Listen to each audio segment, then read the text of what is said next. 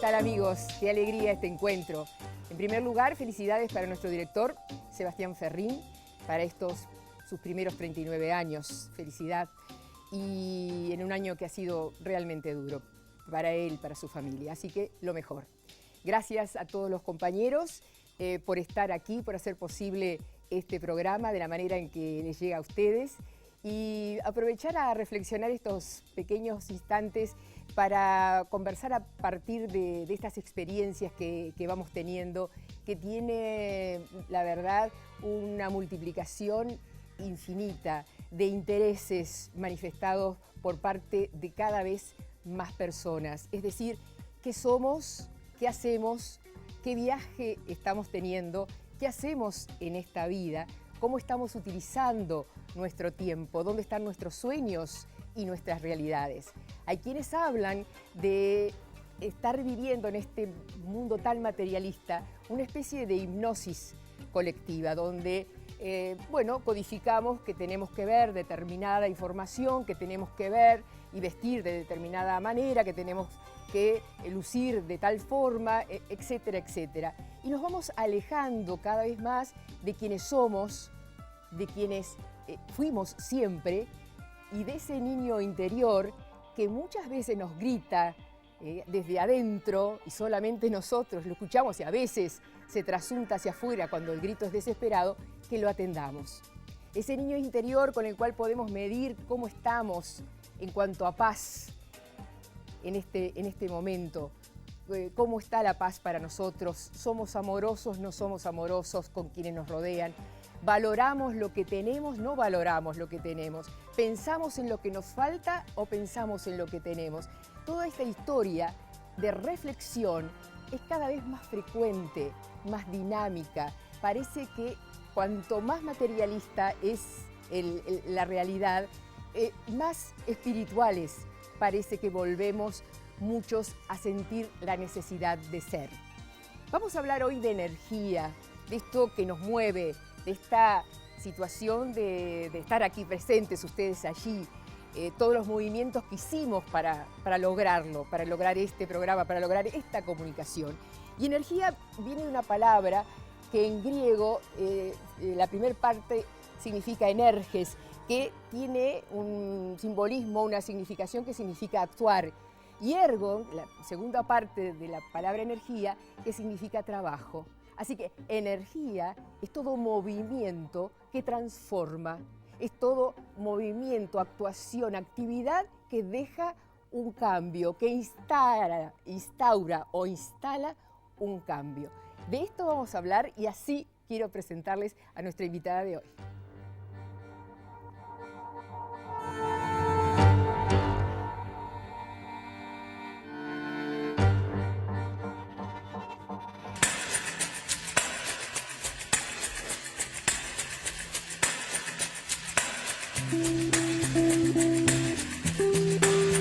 Allora, io lavoro nel lavoro energético, bene, io sono Laura. Laura Cunti es terapeuta en medicina cuántica. Yo empecé, mi camino a 15 años estudiando meditaciones, varias técnicas de meditaciones. Estudié la Merkaba por muchos años. La Merkaba es una estructura de luz geométrica que sirve para acelerar el campo energético. Nació en Suiza y se crió entre las montañas. Está radicada desde hace varios años en Uruguay, en Punta Ballena. Yo soy suiza y me vine por unas vacaciones. Me encantó el Uruguay, me encanta la luz que tiene, la energía que hay, la gente. Y así me quedé, simplemente. Dejé pasar los meses y me quedé. Llegó a meditar 18 horas seguidas. Realizó durante 6 meses la alimentación pránica. Yo estudié eso por años y me quedé en un monte por 4 años sola, solo experimentando qué significa entrar en relación con la tierra y con los animales de la tierra. Ellos me enseñaron muchas cosas. Y ahí empecé a buscar, hasta que encontré una señora que me declaró que yo podía hacer algo por los animales.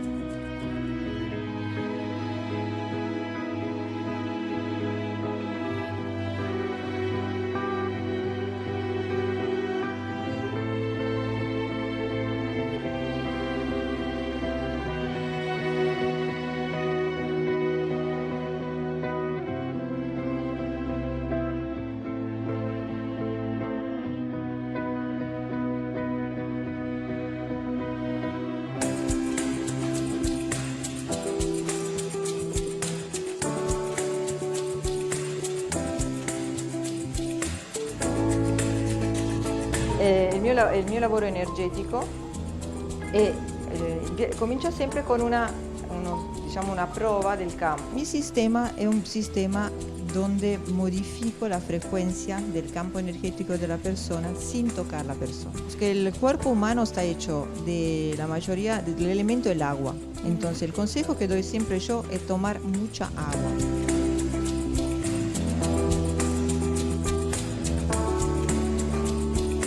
Eso que yo percibo es el corazón. No por nada Uruguay tiene la piedra del corazón.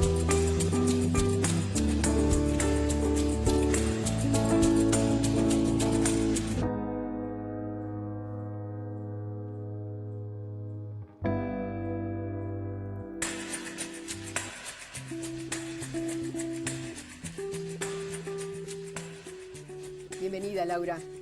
Gracias por haberme invitado. ¿Cuántos años en Uruguay? Bueno, ahora casi 5. Llegué en el 2010 y volví a Europa. Llegué en enero, volví a Europa en febrero, marzo y después sentí que tenía que volver. Y fue una llamada, ¿sabes? Es como cuando algo te viene de adentro, que tenés que tirar todo, soltar todo. Y yo tenía una vida armada, un trabajo, amigos, una familia. Y un día decidí, voy y no sé dónde, eso es el tema. Porque llegué por casualidad. Entonces, ¿Casualidad? Porque, ¿qué sacaste? ¿Como los viajeros de antes que se subieron a un barco y no sabían dónde bajaban? Casi. ¿Sí? ¿Sabes? Yo estaba haciendo una sanación a una chica que para mí era italiana 100%. Y sentía una crisis. ¿Sabes cuando sentís una crisis propio, que sentís que tenés que hacer un cambio en tu vida? Entonces estaba con ella y le dije, ¿sabes qué? Tengo la sensación que tengo que ir a Sudamérica, porque mi vida fue siempre el sudeste asiático, ¿no? Yo viví bastante en Tailandia, Indonesia, viajamos en varias partes de India, porque yo seguía el budismo, entonces para mí era más, digamos, natural ir de este lado. La Sudamérica, una vez, una vacación a Santo Domingo, a Punta Cana, justo para... Sí, que no es para hacer algo. No es el ejemplo mejor de Sudamérica. Sí. Entonces, esa llamada interior, como un temblor interior, y yo dije a esta chica, ay, qué es raro, que siento una necesidad, ¿más dónde voy? Porque el Sudamérica es enorme. Y ella me mira y me dice, bueno, ¿quieres venir a mi casa? Y yo le dije, ¿cómo a tu casa? Y dice, sí, yo te invito a mi casa. Digo, pará, ¿tú sos sudamericana? Me dice, sí. Y digo, ¿dónde sos? Dice, de Punta del Este. Y dije, bueno, ¿dónde está Punta del Este? Y me dice, en Uruguay. Digo, hoy, peor. Nunca había escuchado Uruguay. ¿No? No. Yo había viajado en Argentina en el 2005, había tomado 9 aviones en 21 días, he viajado por el largo hasta llegar en Iguazú. Sí. Y ahí, bueno, me dijeron que había Paraguay del otro lado, todo esos temas de cosas. Pero Uruguay yo no lo había nunca escuchado. Sí, era un mal. Estaba escondido. Este corazón está escondido. Sí. Entre dos gigantes. Sí. Brasil y Argentina. En serio, pero es mágico. Cuando mi hermana que está en Suiza, que le preguntan dónde estoy, dice Uruguay, y todo el mundo le dice, ¿qué? Y eso que salimos cuarto en un mundial de Sudáfrica y más o menos la gente sabe dónde está Uruguay hoy, ¿no? Hoy con el presidente Mujica también. Hoy, sí, hoy es más fácil saber que estás acá. Sí. Bien, pero ¿qué estabas cerrando y qué abriste acá? Mira, yo creo que acá es como que yo me materialicé, porque mi vida fue una vida de mucha búsqueda interior. Yo trabajé sobre mi campo energético desde chica y tuve que soportar cosas en mi vida, sea a nivel psicológico que físico, que si no hubiera tenido la capacidad de autorregularme y autoequilibrarme, capaz que yo no estaba acá a contarle en este momento. Entonces, ¿sufrimiento de qué tipo? ¿Abandono, hostigamiento, violencia? No, de base son, ¿cómo puedo explicar? Por ejemplo, yo hice mucho deporte en mi vida. Yo empecé con los 4 años a esquiar y a los 7 años hacía patinaje sobre hielo. ¿En los Alpes suizos? Sí, en los Alpes suizos, claro. Sí, con un frío impresionante. Y entonces tuve un accidente sobre hielo y me ataron, yo tenía 7 años, me ataron a la cama por 40 días, no podía salir de la cama. El problema es que tenía una relación en familia difícil, mi madre me olvidaba ahí. Entonces yo me quedaba en la cama días y días sola, bueno, con la asistencia médica, pero sin digamos, un apoyo familiar, y tuve que bancarlo sola. El año siguiente tuve una broncopulmonia y ahí de vuelta me cerraron en una... A aquel tiempo no había el antibiótico, la penicilina, recién se estaba descubriendo la penicilina. Me cerraron en una habitación con puerta cerrada, esa puerta gruesa, y también ahí otros 40 días sola. Entonces yo tuve que bancar la soledad, el aislamiento, ¿no? Sí. Propio de ser abandonada a sí mismo muchas veces. De abandono afectivo más Sí, que sí, nada, sí, no sí. material. No, material, siempre comer, comí siempre, tuve siempre más o menos... ¿Era no, material, una no. familia acomodada? Sí, sí, mi familia estaba bien. ¿Era de la aristocracia o europea o no? No, bueno, de una familia antigua, eso Antigua. sí, mi mamá era de una familia aristocrática de una parte de Italia, pero mi padre era una familia, como se dice, antigua, venía del, no sé si 1700 o algo así, del centro de la Suiza, entonces era muy dura como familia. Ajá. Sí, son familias Muy que tengan... exigentes. Sí, sí. Sabes, ahora capaz es todo muy diferente. Sí. Ahora hay también una mezcla enorme, entonces hoy no existe más el suizo puro. Hoy somos así, todo una mezcla. Pero aquel tiempo la estructura familiar era muy patriarcal y tenía una disciplina militar muy fuerte, entonces no había mucho a dar vuelta así. Vamos a la primera pausa, por favor.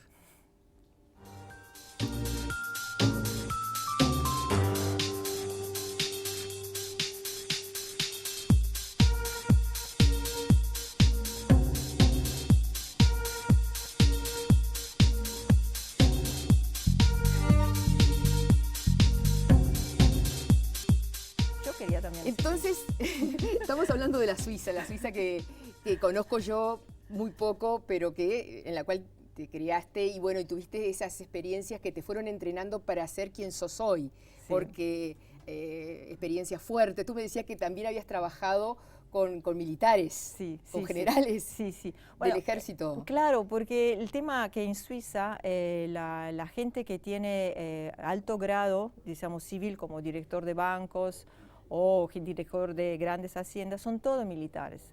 Porque con el grado militar te permite de hacer un escalón laboral y tenés un sueldo muy importante. Si sos un soldado sencillo así, ganás mucho menos. Son las personas que tengan una empresa particular que entonces no necesitan tener un grado alto porque tengan su empresa. Mas como institución, digamos, la mayoría son generales. Sí, Y el llamado del ejército voluntario no se puede dejar de cumplir. No se puede y también es hasta los 55 me parece, ahora me perdí un poco, pero creo que sí. Y también en casa nosotros tenemos, cada hombre tiene un ropero donde tiene todo el armamento adentro. Tenemos todos, rifle, no sé, todo eso que es la primera respuesta a un ataque de guerra. Y lo tenemos ahí, la persona tiene que ir a hacer entrenamiento de tiro una vez al año, me parece que son 1000 tiros una vez al año, entonces el ejército te da digamos y si no, te da por desertor. No, si no tenés que declararlo, declarás que estás, ¿cómo se dice? Cuando no te gusta ser militar, entonces te pongo en auxiliarios y ahí vas en otra institución donde ayudas. Vas más en un tema de ayuda, entonces vas a limpiar los bosques o vas a ayudar a los sanatorios. Siempre te sacan el trabajo 3 semanas al año. Sí, siempre. Sí. ¿Qué es la medicina cuántica? ¿Cómo surge en ti esta búsqueda? ¿Cómo deriva? Sí, fue una consecuencia. El nombre medicina cuántica surgió digamos, casi por casualidad, porque mirando varias cosas veo que más o menos es eso, mover la energía, la medicina de la energía. Entonces, cuando tú trabajas con un campo energético, haces medicina cuántica. En la medicina cuántica hay aparatos que son electrónicos, donde la persona se engancha. Acá también en Montevideo hay terapeutas que lo están usando y hacen un screening electrónico de tu campo energético y te dan productos o no sé, te dan diagnosis de tu estado energético y físico. Pero eso es a través de un software. Es a través de un software, sí. Y en Donde Europa te dan un polo y te ponen en las piernas y te va leyendo. Exactamente. Señor doctor o doctor no sé cuánto se llama, uno de los tantos programas. Sí, nosotros... el tema es que después hay que saber que lo lea un médico o que lo lea alguien que sepa cómo aplicar ese diagnóstico, puede estar muy acertado, pero... Sí, yo trabajé con eso, para un tipo de aparato así que se llamaba Moratest en Europa. Lo usan los sanatorios, sea en Suiza que en Alemania. Apoya muchísimo la clase médica porque te da una ayuda práctico, sobre todo en la prescripción de los productos. Porque, por ejemplo, si uno tiene una enfermedad, el doctor le dice, bueno, te doy un antibiótico. ¿Qué antibiótico? Porque hay miles de antibióticos. Entonces, con este aparato, el médico está soportado para darte el producto y la posología más correcta para ti, y te puedes seguir en la patología, no te da una prescripción así estándar. Y entonces son aparatos muy caros, muy serios. Claro, la aparatología y el software que se ha desarrollado en este sentido, que te lee y te quedas absolutamente absorto frente a los resultados, porque tú no decís prácticamente nada más que la edad y el nombre, creo que es eso. Claro. Bueno, y en el caso tuyo... En el caso mío es distinto, es más rural. Es más artesanal. Artesanal, sí, más artesanal, es más sencillo. No, yo hago unos screenings sobre la persona. ¿Screening es una lectura? Una lectura. La persona tiene campo, de emisión de campo, ¿no? A segunda de la emisión de campo yo puedo sentir si hay una inflamación, si hay un bloqueo o si hay algo que está como lastimado, si hay una herida. ¿Cómo lo sentís? Porque, a ver para creer también es uruguayo. Es de la humanidad toda, pero el uruguayo también. Mira, y como no lo vemos, ni siquiera en un software, una computadora, ¿cómo creemos en esto? No, te explico. Sí. La célula emite una electricidad. Entonces, la célula es viva y la célula tiene un campo eléctrico. Esta electricidad, cuando la célula está equilibrada, es casi neutra. Sentís como casi nada se siente. Cuando hay una inflamación, la inflamación es fuego, ¿ok? Es energía caliente que sale. Entonces empieza a alargar como una puntita que yo la percibo. A segunda de la altura la puedo percibir. ¿Como pinchacitos? Sí, como cambio de temperatura. Como cambio de temperatura. Sí, como cambio de temperatura. Entonces, empiezo a percibir eso, la trato de ubicar. Es como hacen los ecógrafos y los resonadores, ¿no? Que son exactamente eso, exactamente eso. Entonces, una vez que yo la ubico, ahí la empiezo a tratar. A segunda de que, por ejemplo, el otro día una señora, una avispa la pinchó, le pinchó el dedo, yo llegué a su casa y me dice, ay, me pinchó una avispa. Bueno, cuando yo empecé a tocar el campo, yo sentí el dolor de la célula y la información del veneno de la avispa. Entonces lo ubiqué el punto y empecé a tirarlo. Sin tocar. Sin tocar. Se tira y yo veía como un hilo negro. En el momento que yo tiraba y veía el hilo negro, la persona sentía como un hormigueo y de pasito se deshinchaba la herida. Sí. Eso lo usas la segunda del caso, hematomas. Una otra amiga el año pasado se cayó, se lastimó los dientes y ahí pronto le hice un tratamiento, ella sintió como un frío que salía de la boca y ahí, bueno, le ayudé a sacar el traumatismo y no perdió los dientes. Entonces, se usa a segunda de la intervención que se tiene que... Yo cuando me caigo digo, no me puede estar pasando esto, yo no. Y no me he quebrado, por suerte, más, solo una vez, jugando al fútbol con mis hijos. Pero, ¿al fútbol? Pero ahí todavía no tenía la conciencia tan elevada como decir, no me puedo enfermar. No, quiero hablar de eso, de la conciencia, ¿no? ¿Cómo se llega a eso? Porque parece un juego, lo hacemos divertido, lo hacemos para que todo el mundo lo comprenda y lo comparta. Sí, la conciencia es un entrenamiento. Primera cosa, el control de las emociones. En el sentido, cuando te pasa algo, sobre todo cuando uno se lastima, lo clásico hematoma, Bueno, la persona tiene que estar tranquila. Si la persona se queda tranquila, más allá del dolor que puede tener, eso ya afloja un poco la cosa.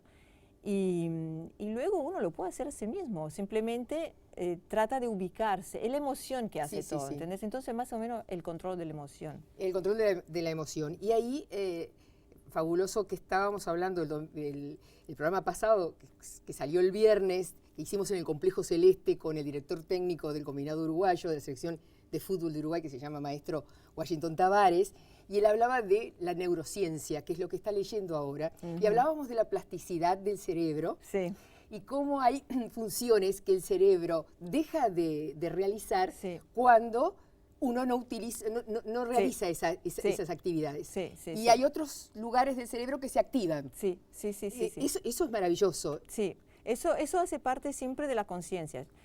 La información, de base, son pequeña cosa. Una es la información. Primera cosa, tener la curiosidad para buscar cualquier cosa. Al principio uno se equivoca muchísimo, después empieza a enfocar dónde tiene que buscar. Entonces, al principio buscar. ¿Tú hablas como para sanar o para que en mi sector, o si no, en la salud en general. En la salud en general, primero buscar. Buscar. Como dicen los médicos, el que busca, encuentra. Me enseñaron así, por lo menos el médico de la familia. El que busca, encuentra. Así que buscar. Buscar informaciones. Después, tratar de buscar una manera para usar su propio campo energético. Por ejemplo, el tai chi, el yoga, el qigong, son todas maneras para entrenar su propio campo. La meditación, la concentración. La mayoría de la gente se deja distraer muchísimo. Se distrae por 1000 cosas. Entonces, nunca está enfocada. No digo mente en blanco, por Dios, no digo eso. Digo solo enfocarse en algo que le sirve. Como dice en la filosofía Zen, objetivos claros, pasos pequeños, pero objetivos grandes. Bien, enfocar. ¿Cómo logra uno en este mundo materialista, como yo decía al principio, con tanta oferta, con tanta frustración por no alcanzar nunca la oferta y correr siempre atrás de las cosas materiales? ¿Cómo logra uno estar enfocado? Mente, cuerpo, que es nuestro instrumento fundamental, junto con la mente, y espíritu. O conciencia, como le quieran llamar. Hay gente que no cree en el espíritu, pero cree en la conciencia. Claro, sí, eso no como lo son palabras, son maneras de decir, como se quiera llamar. De base es tratar de controlar el deseo. El deseo también puede transformarse en una patología, porque el deseo de tener algo significa que esto algo va a llenar algo que no tenés adentro. Ese vacío del que hablábamos existencial, ¿no? Entonces, la grande, digamos, la máquina mundial te dice que tienes que tener el celular de una cierta manera, el televisor de una cierta manera, el coche de una cierta manera. Pero eso es una manera para generar comercio. Claro. Casi la hipnosis que yo decía, ¿no? Casi la hipnosis. Bueno, vayamos todos a comprar tal cosa, ¿no? Exactamente. Entonces, la persona empieza a pensar que si compra eso, va a llenar el vacío que siente. En el hacer la acción va a vaciar otra parte, más allá del bolsillo, que seguro es un problema, va a vaciar una parte de sí misma, porque el ser que está diciendo, mira, que yo te necesito, y no necesito eso, necesito a ti, que estás adentro, se va a sentir vaciado. Entonces, al momento que vas a tener el celular, después un día que lo tenés, ya es algo que ya no da más. Entonces, ¿qué vas a hacer? Digo, entonces me falta capaz comida, vamos a hacer un asado. Bueno, entonces, celular, asado, amigos, vamos a llenarnos con otra gente que se siente vacía como yo y piensa que con el asado me voy a llenar. Y termina el asado, buenísimo, nos divertimos. Solos otra vez. Solo de vuelta. Entonces, así seguís. Sí. Se crea una costumbre, se crea un hábito que te genera una soledad impresionante. Y así, tenés que correr más, porque más te sentís sola, más corres. Y más corres, más te sentís sola. Wow. Y te agotás. Y físicamente te enfermas. Claro. O tenés más posibilidades. Sí, porque te oxidás. Claro, te oxidás. Y las bacterias, virus, que sí de verdad existen, como nosotros existimos, toman posesión de nosotros. Para terminar este bloque, el poeta Rumi decía, soy ¿Cómo darse cuenta cuál es el espíritu, cuál es la conciencia? Soy esa frescura que te ha acompañado siempre y siempre estaré a tu lado. Sí. Ya venimos.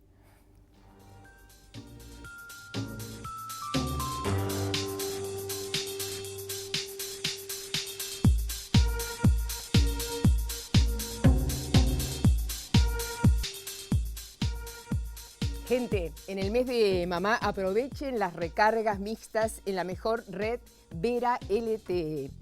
Tienen minutos para hablar, 1 giga para navegar por solo 190 pesos, porque nadie te cuida como mamá y nadie te comunica como Antel.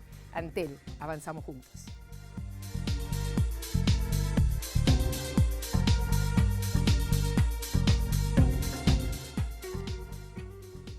¿Qué tipo de recomendaciones podemos transmitirle a la gente que está ávida de cambios y de sentir esa cosa, ese fuego interior, Sí. de que le pide cambios y le pide, Sí. ocúpate ya de mí? Sí, sí.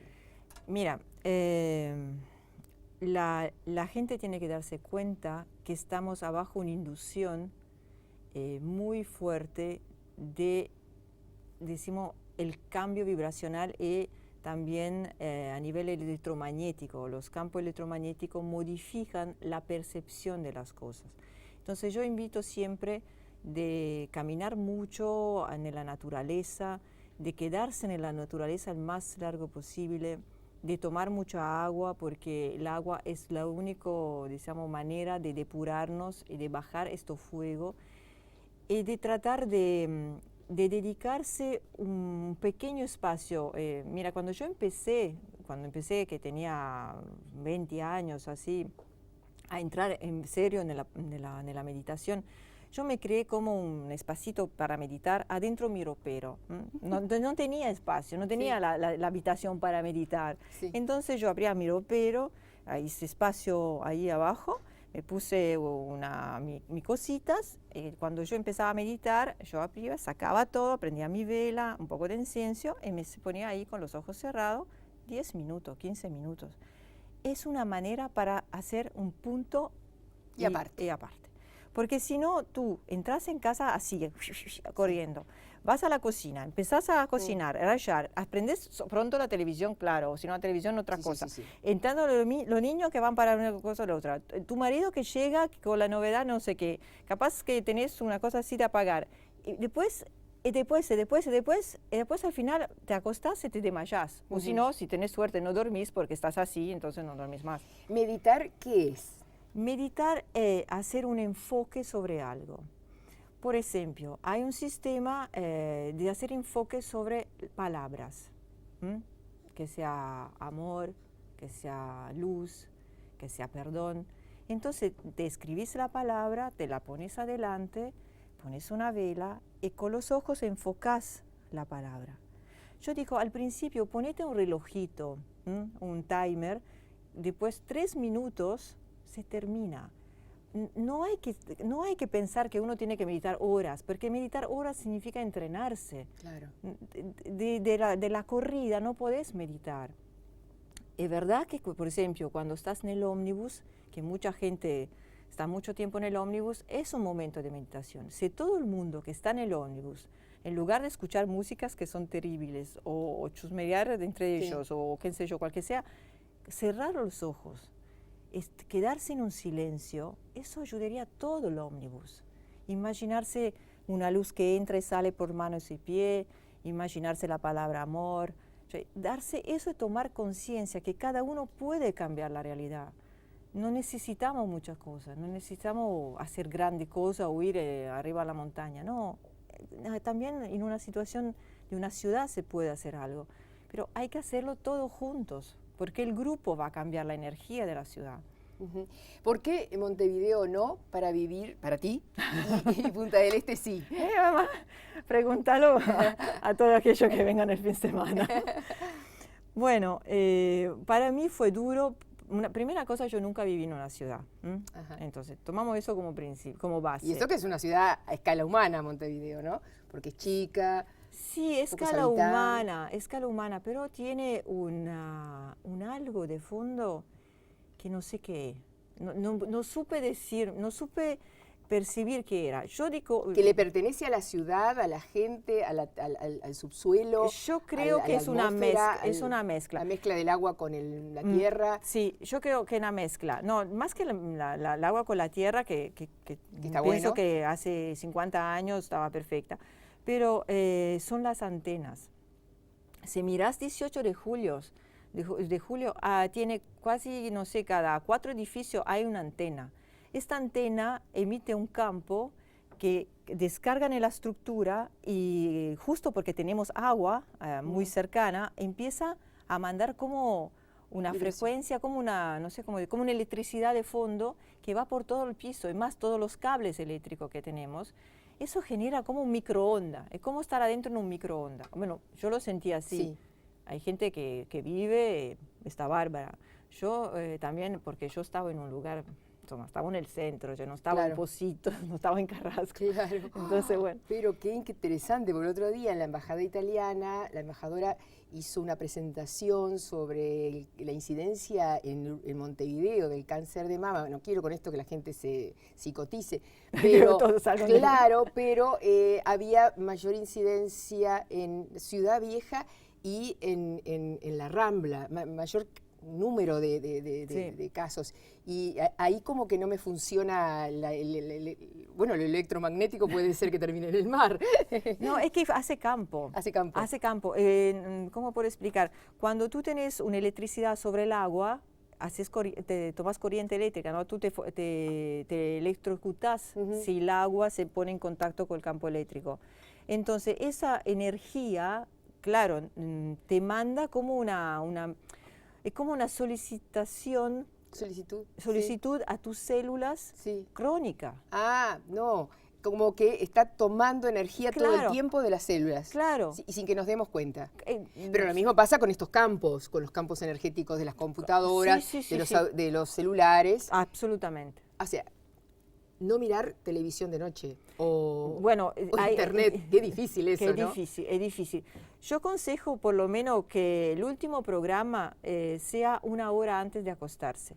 En esta hora que se demora tras el último programa e ir a acostarse, de tomarse un baño seguro, de tomar agua, de estar un poco en silencio, porque es muy difícil el silencio. Yo no sé si tú escuchas tipo un zumbido de vez en cuando en la noche, que cuando hay todo silencio sentís como un... El ruido del silencio. Es tipo un zumbido, tipo una... Eso son los campos electromagnéticos que todavía existen, porque en un edificio cada uno tiene un wifi, imagínate la onda que da vuelta. Eso llega directamente a la red neuronal, eso que genera un problema, digamos, de paz. No puede estar en paz con una cosa así, es imposible. Cuando un deportista reiteradamente se lastima la misma rodilla. Sí, eso es un buen discurso.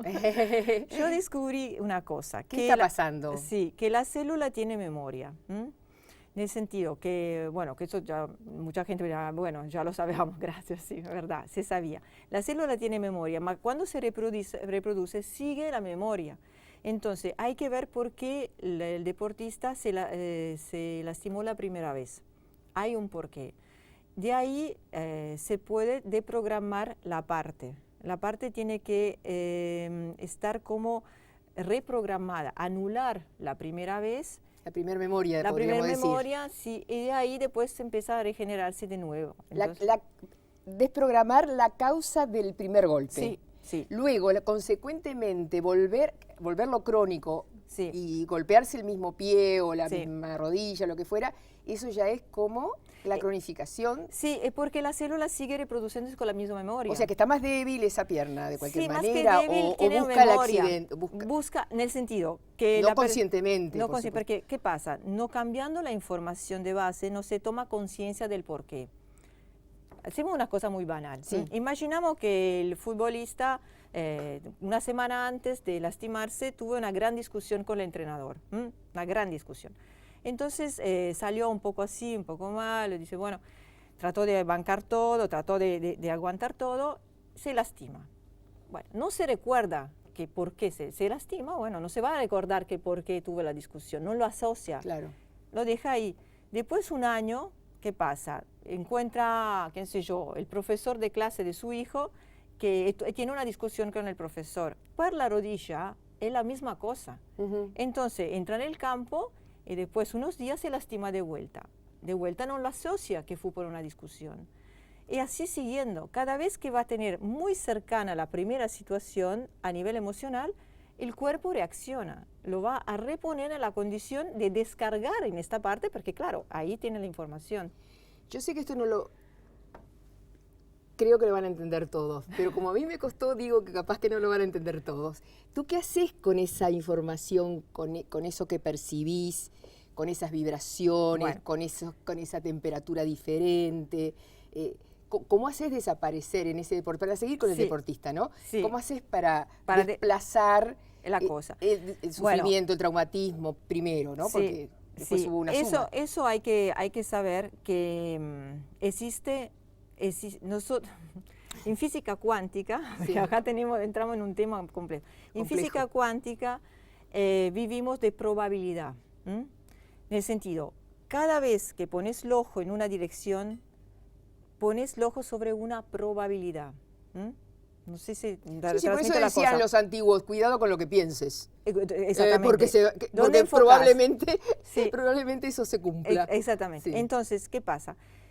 Eso, la probabilidad son enganchada en un espacio-tiempo. Tómalo así, porque tenemos poco tiempo para explicarlo más profundo, pero si alguien va en internet lo encuentra. Entonces, el espacio-tiempo es un pasillo, se llama pasillo espacio-temporal. Entonces, la persona que se lastimó está en un espacio-tiempo. ¿Yo qué hago? Absorbo la situación y le creo un nuevo espacio-tiempo. Y la pongo en un espacio-tiempo donde eso no pasó. Como crear un corredor limpio. Exactamente, nuevo. Un corredor nuevo. Yo, por ejemplo, ayudo a los estudiantes para hacer los exámenes. Me llaman, me dicen, mira, tengo miedo para ese examen. Entonces, ¿yo qué hago? Lo pongo en un espacio-tiempo donde él no va a tener problema. Claro, el alumno tiene que estudiar, no es que uno va a hacer así todo el año, pues yo voy a dar Laura y ella me cambia espacio-tiempo. No, prepárate bien, pero si la angustia es tan grande, despacito yo te pongo en un espacio-tiempo. ¿Desde dónde trabajas ahí, Laura? Trabajamos en otra dimensión. Claro, pero desde la mente, desde la conciencia, desde la sensibilidad, de las emociones, no sé. De la conciencia y de la emoción neutra. Ahí está, porque yo lo que tengo entendido que la sanación pránica o cuántica se produce porque el técnico, el sanador, puede encontrar un espacio libre entre dos pensamientos. Exactamente. Ay, qué difícil es eso, ya volvemos. Sí. Dios. Eso, lo difícil.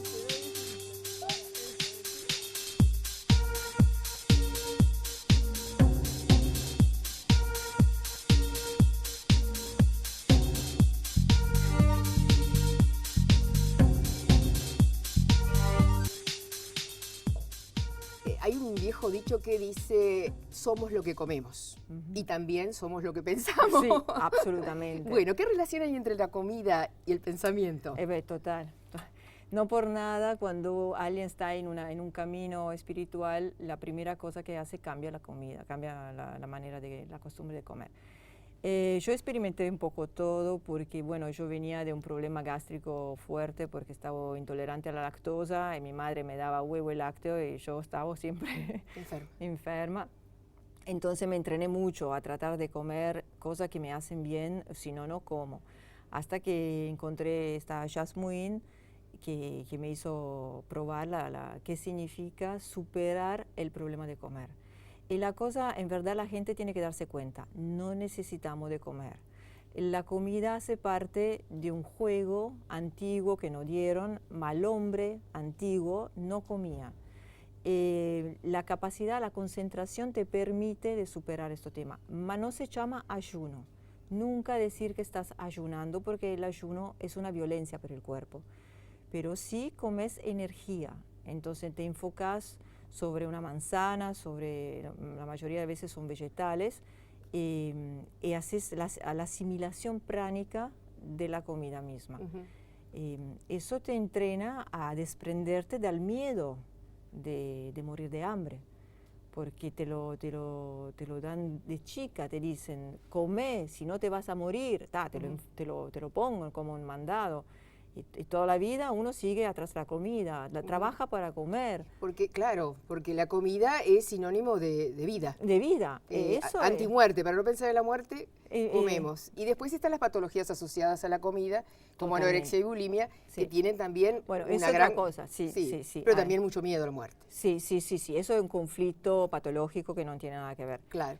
¿Por qué hay tanta prevalencia de cáncer? Por varias motivaciones. Una, el estado de angustia crónico que estamos viviendo hoy en el día. La gente se despierta angustiada y se va a dormir angustiada. Y más los medios, digamos, de información empujan muchísimo sobre el lado dramático de la situación actual, que es dramático encima porque lo enfocan mucho. Si la gente se daría cuenta que el enfoque es muy importante, genera eso que mirás. Entonces el espectador que mira películas o informativos que son muy dramáticos va en acuerdo con esta situación y genera esta situación. Entonces es inútil decir, ay, qué escándalo, ay, qué feo, y después lo mirás. Si es tan escandaloso y feo, no mirarlo, que no te sirve porque vas a ayudar a aquella parte a mantenerse. Entonces olvídate, enfócate en algo lindo. Me encantaría hacer transmisiones de lo bueno de la gente. La gente es buena, no es mala. Es que te lo siguen diciendo ahora, todo es peor. No, es toda una mentira. Y pasan cosas maravillosas, pero que no están en primera plana. Que nadie... Ni en segunda. Claro, porque también es un tema de adrenalina. Porque si estás muy angustiado, tenés que generar como una adrenalina para sentirte mejor. Entonces miras cosas siempre más peor. Claro, porque te lo va pidiendo la adrenalina misma. Tu organismo, ¿no? Para seguir funcionando, como la nafta, como un combustible. Exactamente. Como un combustible. En vez de ser espiritual, es un combustible, que te intoxica. Sí. El cáncer viene también por el campo electromagnético, estamos en un exceso de campo electromagnético. Viene por un agua que la gente no sabe cuánto el agua es importante y toman agua oxidada, agua que no son puras. Para purificar un agua, ¿qué habría que hacer? Bueno, la osmosis invertida, de eso que yo experimenté en mi vida, es la mejor. ¿Cómo se hace? Es una máquina que pones en la cocina y tenés varios filtros. Los filtros. Sí, y después la osmosis, que eso significa que hay una inversión de campo del agua. Si no, bueno, hay agua informada que informa otra agua. Bueno, hay que documentarse como todo. ¿Y no sirve esto de darle una orden al agua? Sí, puede servir, pero si el agua tiene metalo pesado, por lo cuanto el sabor puede ser mejor, porque eso se hace también con el vino. Sí, yo he visto burbujear un vino como este, que en este caso sí es burbujeante, pero suponiendo un tinto y darle la orden de ser burbujeante, lo he visto. ¡Wow! Lo he visto. Sí. Y transformarse en vinagre también lo he probado. O sea... Está bien. De lo que estamos hablando es de la capacidad innata, intrínseca del ser humano, de su cerebro, de su farmacia, o no sé cómo se podría decir, de su ambulante. De su farmacia en el sentido de tener los elementos, y producir los elementos necesarios para sanar. Sí. Es que tenés, para llegar a usar tu elemento, los elementos tienen que ser sanos. Claro. Entonces no podés pensar de llegar a la patología para empezar sí, podés sanarte, pero ya un tour de force, es algo que tenés que poner mucha energía. Yo aconsejo, empezamos ya a prevenir.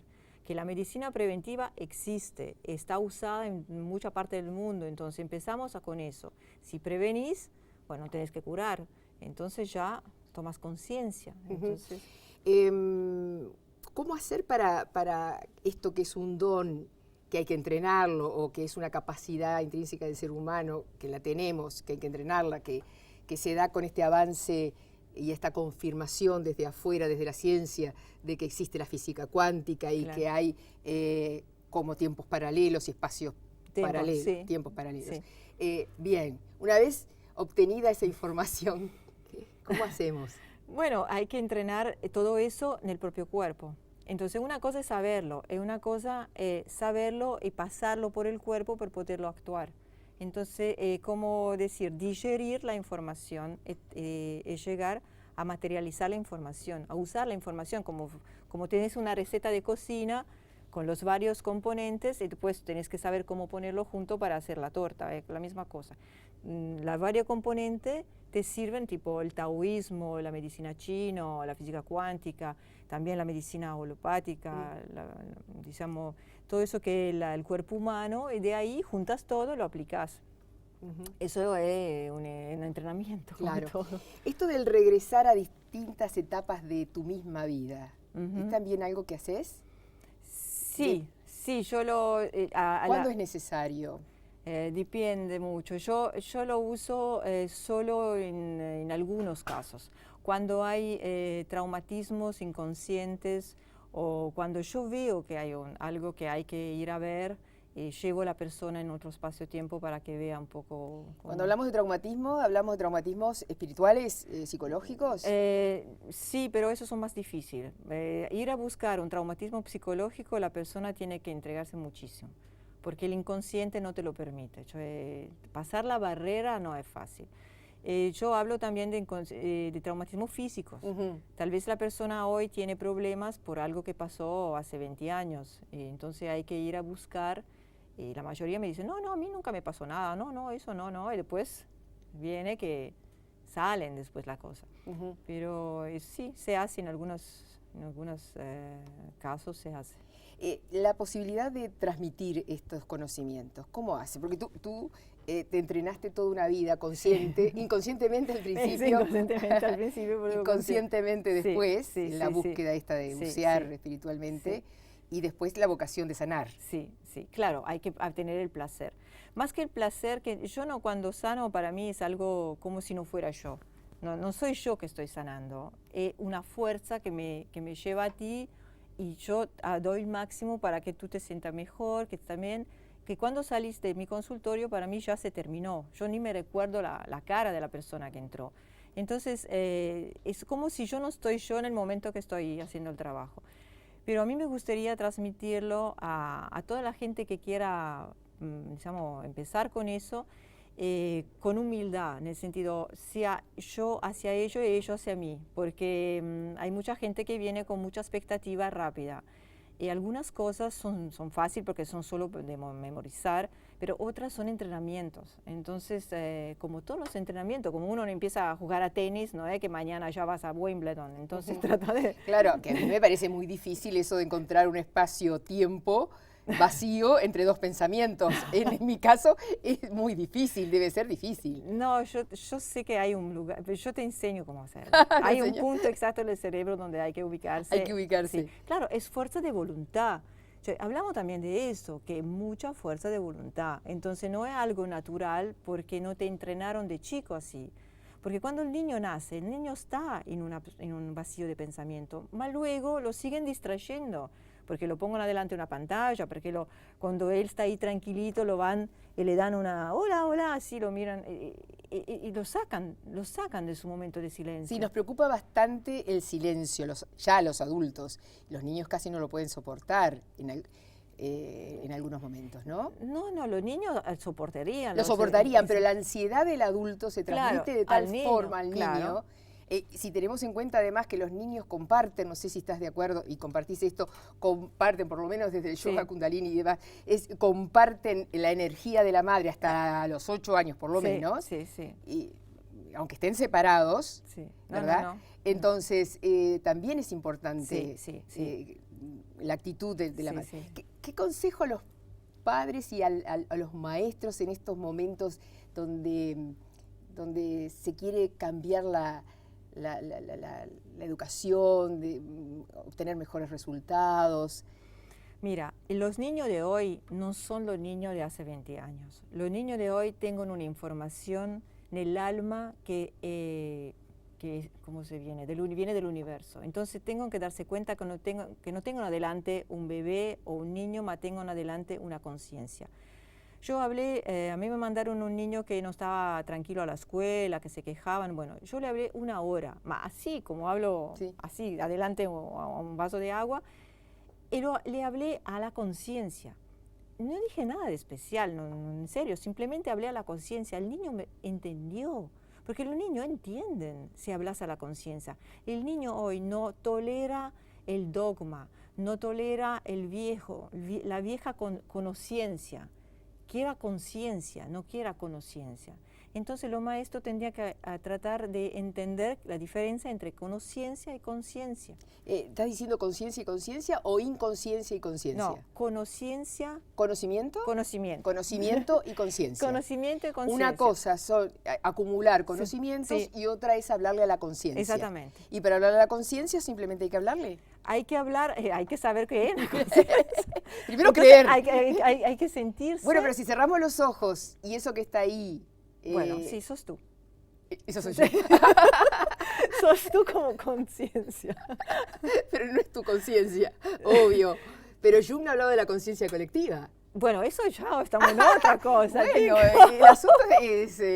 Ay, podemos pasear entonces. Podemos pasear en cualquier oportunidad. O sea, hablarle a la conciencia. Sí, sí. Para eso el respeto al otro. Sí, respeto al otro. Me parece que eso es fundamental. Hay que, primera cosa, respetar a los niños. El adulto, si no se respecta a sí mismo, no puede respetar a los niños, porque no se conoce. El adulto no sabe dónde está, no sé quién es, no sabe quién es. Entonces no sabe quién es el otro. Entonces hay un problema de... ¿Cuándo un adulto sabe quién es? Tiene la respuesta de quién es. Cuando está en su eje. Cuando está en su eje, se queda adentro de sí mismo, tranquilo. Y la paz, de 0 a 5, por lo menos en 4 o en 3. Sí, por lo menos en 4. Bien, sí. ¿Vieron, compañeros? Arriba, arriba. A levantar ese porcentaje. Ha sido más que un gusto. Gracias. Brindamos con Vinos Stagnari lo mejor de la tierra para ti. Gracias. Para que siga en este proceso. ¿Sí? Gracias. Muy Hasta el amable. miércoles. Hasta luego.